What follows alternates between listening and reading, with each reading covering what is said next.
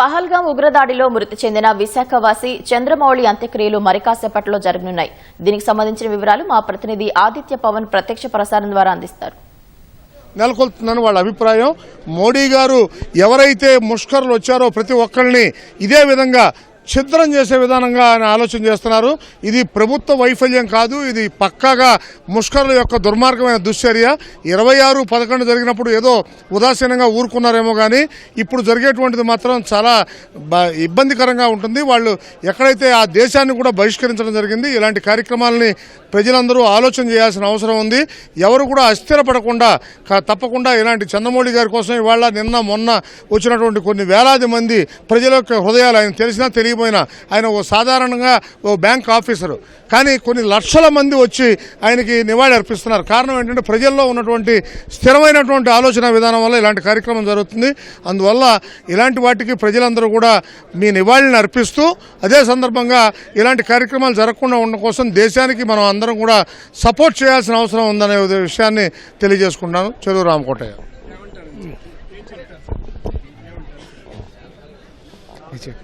అలాగే చాలా మంది మిత్రులు వచ్చారు ఇక్కడికి, వారు మిత్రులు కానీ ఏమంటారు? సంఘటనది మళ్ళీ రిపీట్ అవ్వకూడదండి. అది 5 ఏళ్లకో 10 ఏళ్లకో ఒకసారి ఇట్లాంటి సంఘటన జరగడం, మళ్ళీ ప్రజలందరూ దీని మీద రియాక్ట్ అవ్వడం, దానికి ఫర్ ఎగ్నెస్ట్ బోల్డ్ వాదనలు ఇవన్నీ కనబడతాయి స్టేట్మెంట్స్ వలన. ఊరికే ఏంటంటే చంద్రమౌళి గారు బాధాకరం విశాఖ ప్రాంతవాసి నిజంగా మాకు అనిపించింది ఏంటంటే ఒకటండి, ఇది ఎక్కడో జరుగుతుంది, ఎవరో పోయారు అనుకోండి, మనకు అంత అటాచ్మెంట్ ఉండదు కాబట్టి అంత ఉండదు. బట్ సంఘటనే ఈరోజు ఏంటి, మా మిత్రుడు మేము 40 ఏళ్ళు పనిచేస్తాం కాబట్టి డెఫినెట్గా మా రియాక్షన్స్ డిఫరెంట్గా ఉంటుంది. ఇమోషనల్ అటాచ్మెంట్స్ ఉంటాయి మాకు. ఆ ఇమోషనల్ అటాచ్మెంట్ ఒక్కసారి దెబ్బతిన్నట్టుగా కదా. పాపం చావు వెతుకు రావడం అంటే ఇట్లాంటిది అనిపిస్తుంటుంది. చాలా మంచి వ్యక్తి అతను, మాకు అందరికీ మంచి, మాకే కాదు చాలామంది బయట ప్రజలకు కూడా అతను చాలా మంచి వ్యక్తి, సహాయం చేస్తుంటాడు.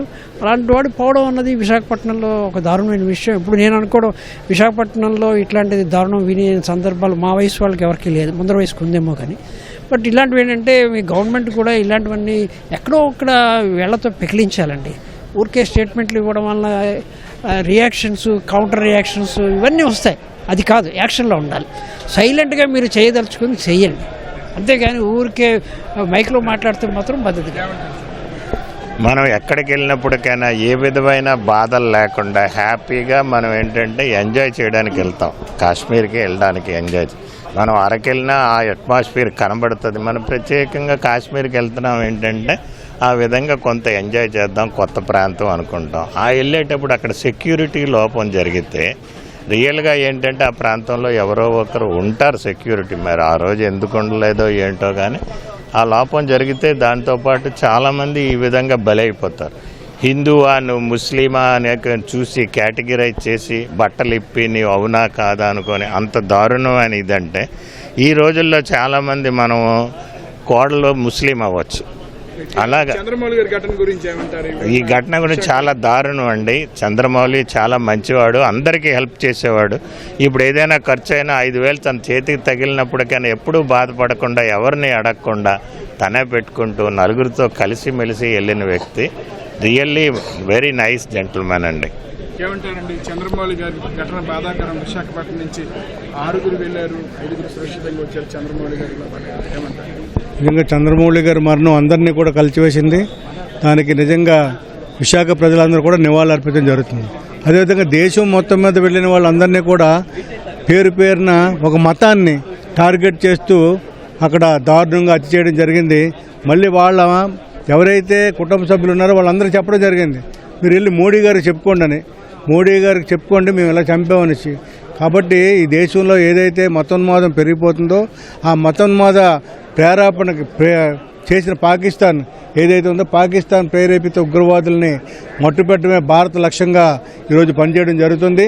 కాబట్టి రాబోయే కాలంలో ఏదైతే ఉగ్రవాదం లేకుండా చేయగల సత్తా భారతదేశానికి ఉంది. ఒకటే చెప్తున్నాం, అందరూ కూడా సైనికులు కూడా చాలామంది చెప్పడం జరిగింది.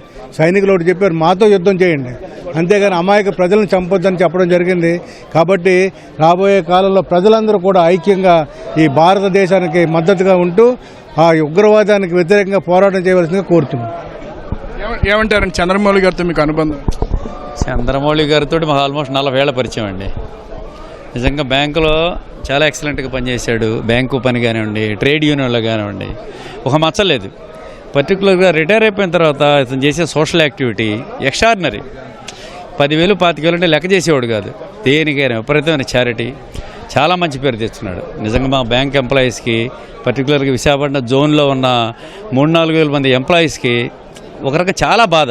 ఈరోజు ఈ వాతావరణం చూస్తున్నారు, ఇక్కడ ఎంతమంది బ్యాంక్ కొలీగ్స్ వచ్చారో. కానీ దీనికి గవర్నమెంట్ త్వరలోనే విత్ ఇన్ డేస్లో ఒక రివెంజ్ తీర్చుకుంటే అందరికీ ఒక రకమైన సాటిస్ఫాక్షన్గా ఉంటుందండి. చంద్రమౌళి గారితో మీకున్న అనుబంధం ఏంటి? మేమందరం మంచి ఫ్రెండ్స్ అండి. ఆయన చాలా ఫ్రెండ్లీగా ఉంటాడు అందరితో.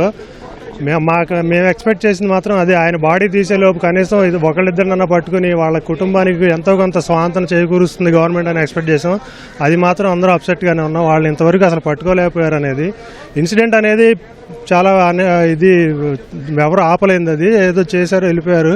కానీ వెళ్ళిపోయిన తర్వాత వాళ్ళని ఐడెంటిఫై చేసి వాళ్ళని ఎక్కడా సరే పట్టుకుంటారనేది మాత్రం అందరూ ఎక్స్పెక్ట్ చేసాం. అది మాత్రం చేయాలని మాత్రం మేము గవర్నమెంట్ కోరుతున్నాం అండి. ఎలాంటి సార్ చంద్రమౌళి గారితో మీ అనుబంధం ఏంటి? ఎందుకంటే ఒక పక్కన రైల్వే వర్కర్స్ క్లబ్లో ఉన్నారు, పాండురంగాపురం వర్కర్స్ క్లబ్లో ఉన్నారు, చాలా సహాయ కార్యక్రమాలు చేశారు. చంద్రమౌళి సోదరులు అంటే మా కొలీగ్ అండి, మేమందరం కలిసి పనిచేసాం. నిజంగా ఆయన చాలా యాక్టివిటీస్ చాలా ఏరియాస్లో చేస్తూ ఉంటాడు. కానీ ఆయన చూసామండి ఇప్పుడు ఆయన పార్థివ దేహాన్ని. కనీసం ఆ ముష్కరలో ముఖం కనిపించకుండా వాళ్ళు చేశారు అంటే చాలా అసలు మనం చాలా ఆలోచించవలసిన విషయం. ఇదేదో జరుగుతున్నప్పుడు మనం ఏదో ప్రికాషన్ మెజర్స్ కాకుండా పర్మనెంట్గా ఇలా టూరిస్ట్ ప్లేసులు మనం చాలా జాగ్రత్తగా పర్మనెంట్గా ఒక సొల్యూషన్ ఆలోచించాలండి. దీనికి తగిన మూల్యం మన వాళ్ళు గవర్నమెంట్ టేకప్ చేస్తుందని నేను భావిస్తున్నాను. Thank you. అలాగే చాలామంది విశాఖ ప్రాంతం ఉన్నటువంటి నగరవాసులంతా కూడా వచ్చారు. వారంతా కూడా తమ నివాళులు అర్పించారు. ఏమంటారు సార్ చంద్రమౌళి గారి ఘటనకు సంబంధించి?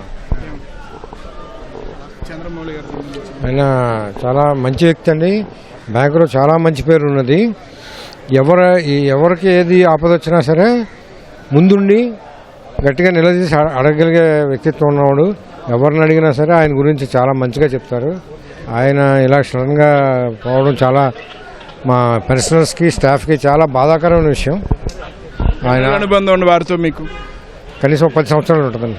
ఎలా ఉండేది వారి వ్యక్తిత్వం? ఎలా ఉండేది? చాలా పాజిటివ్గా ఉండేదండి. ప్రతిదానికి కూడా హెల్ప్ఫుల్గా ఉండేవారు. ఆయన చాలా మంచి పేరున్న అందరి మధ్య కూడా చాలా మంచి పేరు ఉంది ఆయనకి. ఏమనిపించింది మీకు టీవీలో ఈ దృశ్యాలు చూసి, చంద్రమౌళి గారు చూసి? బాధాకరమైన విషయం అండి, ఇది తట్టుకోలేని విషయం. చంద్రమౌళి అంతిమ యాత్ర ప్రారంభమైంది. వారి కుటుంబ సభ్యులు, అలాగే మిత్రులు, చంద్రమౌళితోటి పనిచేసినటువంటి సహచర ఉద్యోగులు అంతా కూడా ఈ అంతిమ యాత్రలో పాల్గొన్నారు. అలాగే రాష్ట్ర ప్రభుత్వం నుంచి హోంమంత్రి బంగళపూడి అనిత, అనకాపల్లి పార్లమెంట్ సభ్యులు సీఎం రమేష్, భీమిలి శాసనసభ్యులు గంటా శ్రీనివాసరావు, నగరంలో ఉన్నటువంటి ప్రజాప్రతినిధులందరూ కూడా తమ నివాళులు అర్పించారు. అందరూ కూడా బాధపడుతున్నారు. ఈ జరిగినటువంటి సంఘటన చూసి చాలా బాధపడుతున్నారు, చాలా ఆవేదన వ్యక్తం చేస్తున్నారు. ఈ రకమైనటువంటి దారుణాన్ని ఖండించాలని చెప్తున్నారు. ప్రస్తుతం మనతోటి భీమిలి శాసనసభ్యులు ఉన్నారు, హోంమంత్రి కూడా ఉన్నారు. ఏమంటారు ఈ సంఘటన? ఉగ్రవాద చర్యలు నిజంగా చాలా ఖండించాలి. ఈరోజు వాళ్ళ ఫ్యామిలీ సిచ్యువేషన్ చూస్తూ ఉంటే హృదయ విదాకరమైన సంఘటనలు అండి. నిజంగా ఇంతమంది ప్రాణాలు కోల్పోవటం ఒక ఎత్తు. అదేవిధంగా ఈరోజు ఇక్కడ ముఖ్యంగా వైజాగ్ వాసి అయిన మా చంద్రమౌళి గారు అందరికీ కూడా అత్యంత ఆత్మీయుడు. అందరి మధ్యలో కూడా తిరిగి హ్యాపీగా అందరికీ కూడా ఒక సొసైటీకి ఏదో హెల్ప్ చేయాలనుకునే ఉన్న వ్యక్తి. ఈరోజు వాళ్ళ కళ్ళ ముందే 3 ఫ్యామిలీస్ వెళ్ళారు. వాళ్ళు చెప్పిన విషయాలు చూస్తూ ఉంటే నిజంగా చాలా బాధ అనిపించింది. అసలు ఎటువైపు వెళ్ళిపోతుంది అసలు అంటే మానవత్వం అన్నది లేకుండా ఈరోజు ఉగ్రవాదులు తీసుకున్న చర్యను తీవ్రంగా ఖండించాల్సిన అవసరం ఉంది. ఎందుకంటే ఇంతవరకు ఉగ్రవాదులు ఏదైనా మిలిటెంట్స్ ప్రొఫెషనల్గా వెళ్ళేవారు. అలాంటిది ఈరోజు సివిలియన్స్ మీదకి వచ్చి వాళ్ళు కూడా క్వశ్చన్ ప్రిపేర్ చేసుకుని దానికి తగ్గట్టుగా వాళ్ళు చంపడం అన్నది మరి క్రూరంగా చంపారండి. ఈరోజు వాళ్ళిద్దరు ఆడపిల్లల్ని వాళ్ళ భార్యని చూస్తూ ఉంటే నిజంగా మనసు తరుక్కుపోతుంది. ఇట్లాంటి సంఘటనలు జరగకూడదు. యాక్చువల్గా వాళ్ళ కుటుంబ సభ్యులు కూడా ముఖాన్ని చూడటానికి కూడా వాళ్ళు చాలా భయపడిపోయే పరిస్థితి. అంటే ప్రతి ఒక్కరిని పాయింట్ బ్లాక్లో పెట్టి చంపిన పరిస్థితి కూడా మనందరం కూడా చూస్తున్నాం. నిజంగా దీన్ని ఎలాగ మనం అంటే కంపల్సరీగా దీనికి ప్రతిచర్య అనేది కంపల్సరీగా ఉంటుంది. కానీ ఒకటే చెప్తున్నాను ఏంటంటే ఇటువంటి సంఘటనలు మళ్ళీ పునరావృతం కాకుండా చూసుకోవాల్సిన బాధ్యత మనందరి మీద ఉంది. దీన్ని ప్రార్థీలందరూ కూడా పార్టీలకు అతీతంగా, మతాలకు అతీతంగా, కులాలకు అతీతంగా అందరూ తీవ్రంగా ఖండించాలి. మన సమానత్వం గురించి, మన స్వేచ్ఛ గురించి మనం పోరాటం చేసే పరిస్థితి రావాలని మాత్రం కోరుకుంటున్నాం.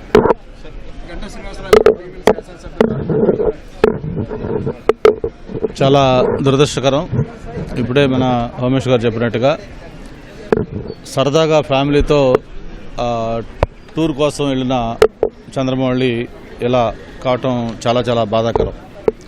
ఇప్పుడిప్పుడే కాశ్మీరు కుదుటపడి ఒక టూరిస్టులకి బెస్ట్ డెస్టినేషన్గా తయారయ్యి రోజు వేలాది మంది టూరిస్టులు అక్కడికి వెళ్తూ డెవలప్ అవుతున్న నేపథ్యంలో ఈ ఉగ్రవాదుల ఈ చర్య అందరూ కూడా భక్తులతో ఖండించాల్సిన అవసరం ఉంది. మామూలుగా అయితే ఏదో దీంట్లోనూ ఇంకో దాంట్లో జరగటం వేరు. ఒక టూరిస్టులు అపోసభం తెలియకుండా, వాళ్ళకి సంబంధం లేకుండా కేవలం ఆ ప్రాంతంలో ఎంజాయ్ చేయాలి ఫ్యామిలీతో అని చెప్పి వెళ్ళిన వాళ్ళని ఈ విధంగా చేయటం చాలా బాధాకరం. మరి ఇన్సిడెంట్ తెలిసిన వెంటనే గౌరవ ముఖ్యమంత్రి గారు ప్రత్యేకంగా వైజాగ్ వచ్చి ఆ బాడీని రిసీవ్ చేసుకుని ఆయన కూడా పాల్గొనడం జరిగింది. అలాగే అప్పటి నుంచి అందరూ కూడా చెప్పి ఈ కార్యక్రమం అయ్యేదాకా కూడా ఇక్కడే ఉండాలని కూడా చెప్పడం జరిగింది. బట్ ఏది ఏమైనా సరే భారతదేశానికి ఇదొక బ్లాక్ డేగా మనం అందరం భావించాలి. మరి గౌరవ ప్రధానమంత్రి గారు చెప్పినట్టుగా ఎవరైతే ఈ చర్యలకు పాల్పడ్డారో వాళ్ళు ఖచ్చితంగా దానికి భారీ మూల్యం చెల్లించుకునే పరిస్థితి వస్తూ ఉంది. ప్రపంచంలో ఎక్కడ వాళ్ళు ఉన్నా సరే ఖచ్చితంగా వాళ్ళని పట్టుకొని వాళ్ళకి తగిన శాస్తి జరిగి భవిష్యత్తులో ఇంకొకరు ఇటువంటివి చేయాలంటే భయపడే విధంగా తప్పకుండా మన చర్యలు ఉండాలని కూడా అందరూ కోరుకుంటున్నారు. పబ్లిక్లో ఎవరు పెట్టినా కూడా ఒకటే రియాక్షన్, ఏంటి ఇంత దారుణం ఏంటి, ఇంత అన్యాయం ఏంటి, ఇంత అమానుషం ఏంటి చెప్పి అందరూ కూడా చేస్తూ ఉన్నారు. మరి చూసే ఇప్పుడు ఆ పిల్లలు, ముఖ్యంగా చిన్న పిల్లలు, వాళ్ళకి అపోసం ఉందని పిల్లలు ఇప్పుడే హోమేష్ గారు చెప్పినట్టుగా కనీసం ముఖం కూడా చూడడానికి భయపడే విధంగా వాళ్ళ దారుణంగా చర్యలకు పాల్పడ్డారు. మాకు బాగా కావాల్సిన వ్యక్తి చంద్రమౌళి. మా నాగేశ్వరరావు ఎవరైతే ఏసీపీగా ఉన్నారో వాళ్ళ బ్రదర్లా, ఇంకో కుమారరాజా గారు మా బాగా మంచి మిత్రులు, వాళ్ళ కో బ్రదరు, అందరికీ బాగా రెగ్యులర్గా కలిసే వ్యక్తి, ఒక మంచి వ్యక్తిత్వం ఉన్న వ్యక్తి. అటువంటి చంద్రమౌళి గారు ఇలా దుర్మరణం పాలు కావటం చాలా చాలా బాధాకరం. ఆయన ఆత్మకి శాంతి కలగాలని వాళ్ళ కుటుంబ సభ్యులకి ప్రగాఢ సానుభూతిని కూడా తెలియజేసుకుంటాం.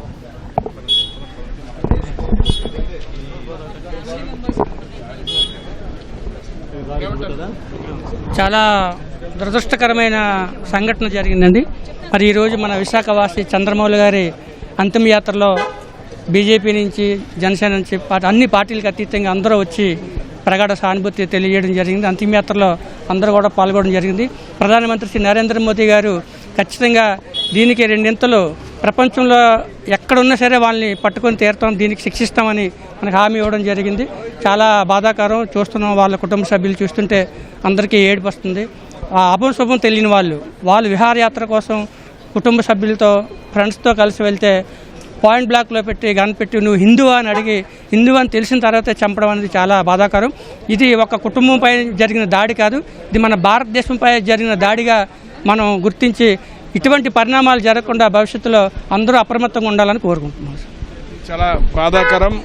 అంతిమయాత్రలో పాల్గొన్నారు నగరవాసులు, అలాగే ప్రజాప్రతినిధులు, చంద్రమౌళితో పనిచేసినటువంటి సహచర ఉద్యోగులు వచ్చారు. అలాగే చంద్రమౌళి వారు ఇక్కడ రైల్వే వాకర్స్ క్లబ్లో సభ్యులు, పాండురంగాపురంలో ఉన్నటువంటి వాకర్స్ క్లబ్లో కూడా సభ్యులు. ఇక్కడ ఉన్నటువంటి ఈ అపార్ట్మెంట్కి అసోసియేషన్కి వైస్ ప్రెసిడెంట్ కూడా. పాండురంగాపురంలో చాలామంది మిత్రులు ఉన్నారు. ప్రతిరోజు కూడా వారితో వాకర్స్ సమయంలో కూడా వారితో మాట్లాడుతూ చాలా మంచి పేరు ఉంది. అలాగే అనేక సేవా కార్యక్రమాలు వారు రిటైర్ అయిపోయినప్పుడు కూడా, రిటైర్ అయిన తర్వాత కూడా, వారు విశ్రాంత ఉద్యోగ తర్వాత కూడా వారు ఒక చక్కటి సేవా కార్యక్రమాలు చేశారని ప్రతి ఒక్కరూ చెప్తున్నారు. పాండురంగాపురంలో ఉన్నటువంటి ఈ ప్రాంతవాసులంతా కూడా వారి కోసం ఏమంటారండి చంద్రమౌళి గారు? చంద్రమౌళి గారు అత్యంత ఆధ్యాత్మికంగా అత్యంత బాగా ఉండేవారు. మేము గత 8 సంవత్సరాలుగా మేము శ్రీవారి పరకామణి సేవలో వెళ్తూను, శ్రీవారి పరకామణి సేవ చేస్తూ చాలా చక్కగా సరదాగా ఆధ్యాత్మికంగా ఉన్నాం. ఎవరికి హాని చేయని మనిషి. అతనికి రీసెంట్గా ఒంట్లో బాగోలేకపోయిన తర్వాత ఫిబ్రవరిలోనే మేము ప్రయాగ్రాజ్ కుంభమేళాకి వెళ్ళాము. కుంభమేళాలో అత్యంత ఆధ్యాత్మికంగా ఉన్నారు. మాకన్నా మేము కొంచెం కాఫీ, టిఫిన్ అవి చేసి వెళ్ళాము. కానీ ఆయన అలా కాకుండా అతను ఏమీ తినకుండా, మీరు మంత్రాలు ఏం చదువుకున్నారో, తర్పణ మంత్రాలు ఏం చదువుకున్నారో అవే మా చేత చేయించండి, మేము చేసుకుంటాం, మా తల్లిదండ్రులకు మేము చేసుకోలేకపోతాం, మేము చేయడం రాదు అని చెప్పి చక్కగా చేసుకున్నారు, చక్కగా మా అందరి చేత చేయించుకున్నారు. మాకు ఇప్పటికే ఎంత ఆశ్చర్యంగా ఉన్న అంశం ఏమిటంటే ఇతన్ని ఎందుకు చంపారా, ఆధ్యాత్మికంగా ఉండడం వల్ల ఇతన్ని చనిపోయారా అన్న ఉద్దేశం కూడా కలిగింది. ఆ ఫొటోస్ మేము కరెక్ట్గా మాకు అత్యంత మెమొరబుల్ వన్ ఏంటంటే అతను చనిపోయిన తర్వాత మేము చూసింది ప్రయాగ్రాజ్లో మేమందరం కూడా విశ్వనాథ్ ఆశ్రమంకి వెళ్ళిన తర్వాత అక్కడ అందరూ త్రిశూలం బొట్టు పెట్టుకునేవారు. సరే మనం పెట్టుకుందామండి అంటే సరదా పెట్టించుకున్నాం. మీ అందరికీ చూపిస్తున్నాను, ఈ త్రిశూలం బొట్టు మా అందరి చేత ఆయన పెట్టించారు. ఆయనకి ఎక్కడైతే ఆ ఫోటో పెట్టారో అక్కడ వాళ్ళు కాల్చి చంపేశారు. ఎంత బాధ వేస్తుందంటే గన్ పాయింట్లో కాల్చి చంపడం అత్యంత బాధాకరంగా ఉంది మా అందరికీను. ఇలాగే ఎందుకు చేశారా అన్నది కూడా చాలా బాధాకరంగా ఉందండి. కనిపించట్లేదు. చూడండి, ఎక్కడైతే ప్రయాగరాజ్లో ఆయనకి ప్రయాగరాజ్లో మేము అందరూ 4 రోజులు కాశీ ప్రయాగరాజ్లో ఉన్నామో అక్కడే గనక పెట్టి కాల్చడం ఎంత బాధ వేస్తుందంటే మాకు చాలా బాధ ఉంది. ఇది ఎవరికి జరగకూడదు. అసలు హిందుత్వంలో ఉండడమే అతను చేసిన అన్యాయమా అన్నంతగా బాధపడుతుంది. అందువల్లే చనిపోయారా అనిపిస్తుంది. చాలా బాధాకర విషయం ఉంది. మేము ఒక ప్రాణమిత్రుని, ఆధ్యాత్మికతని కోల్పోయాం. చంద్రమౌళి గారు మా పెద్దనాన్నగారి కొడుకు అండి, శ్రీకాకుళం మాది. ఈ రకంగా జరిగినందుకు మేము చాలా బాధపడుతున్నాం. చాలా అన్యాయంగా ముష్కరులు చంపేశారు అతన్ని. అసలు మీ షాకులు ఇంతవరకు తేరుకోలేకపోతున్నాం. ఆయన ఆత్మశాంతించాలని, వాళ్ళ మీద తగిన శిక్ష విధించాలని వాళ్ళని కోరుకుంటున్నామండి. ఆయన మా బావగారు అవుతారండి నాకు. మాకు ఎప్పటి నుంచో గత 40 సంవత్సరాల నుంచి చాలా సౌమ్యుడు, మాకు బాగా పరిచయం వస్తున్న వ్యక్తి, చాలా కష్టపడి పైకి వచ్చిన వ్యక్తి, ఫ్యామిలీలో మంచి పేరున్న వ్యక్తి. అలాంటి వ్యక్తి ఇలాంటి పరిస్థితుల్లో చనిపోవడం అనేది చాలా బాధ అనిపించింది. ఆ పరిస్థితుల్లో మనం తలుచుకుంటేనే మాకు వణుకొస్తుంది. మానసికంగా ఒక వ్యక్తిని ఆ విధంగా చంపడం అనేది ముష్కరుల యొక్క అన్యాయమైన ఇది. దాన్ని మనం ఖండించాల్సిందే, ప్రతి భారతీయుడు ఖండించాల్సిందే. పాకిస్తాన్ వాళ్ళైనా ఇంకోళ్ళైనా ఇలాంటివి చర్యలు పాల్పడడం చాలా తప్పు. ఇది అన్యాయం కూడా. మా అన్నయ్య అండి, మా పెదనాన్నగారి అబ్బాయి. మేమంతా శ్రీకాకుళంలో పక్క ఇళ్లల్లో ఉండేవాళ్ళం. కలిసి పెరిగాము, కలిసి చదువుకున్నాము. చాలా కష్టపడి చదువుకునేవాడండి. ఎంతో హెల్ప్ చేసేవాడు అందరికీ. ఎంతో కష్టపడి పైకి వచ్చాడు అన్నయ్య. ఇలా చనిపోవడం చాలా బాధాకరంగా ఉంది. ఆ అమ్మవారు వాళ్ళకి తగిన శిక్ష విధించాలని నేను కోరుకుంటున్నాను. ఎంత అందగాడైన అన్నయ్యని ఇలా చూడలే.